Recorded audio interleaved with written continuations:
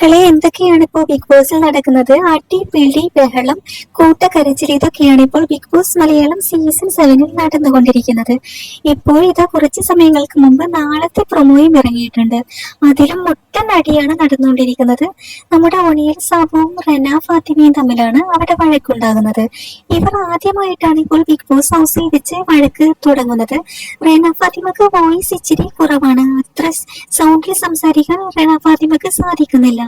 എന്നാൽ ഒണിയൽ സാബുവാണ് ഈ ഒരു ഫൈറ്റിൽ സ്കോർ ചെയ്തതെന്ന് നമുക്ക് മനസ്സിലാക്കാൻ പറ്റും. ഒണിയൽ സാബു റെന ഫാത്തിമയെ അത്രക്ക് മോശമായ വാക്കുകളാണ് ഉപയോഗിച്ചിരിക്കുന്നത്.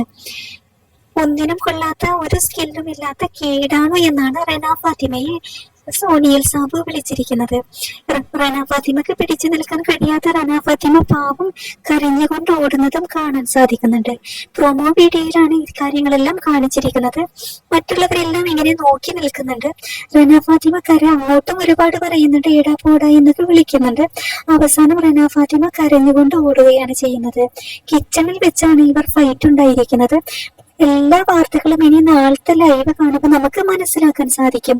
എന്തായാലും ഇത്തവണത്തെ ബിഗ് ബോസ് മലയാളം സീസൺ 7 അടിപൊളിയായിട്ട് തന്നെ അടിയും പിടിയും ബഹളവും കോലാഹലങ്ങളും ഒക്കെ ആയിട്ട് മുമ്പോട്ട് പോകുന്നുണ്ട്.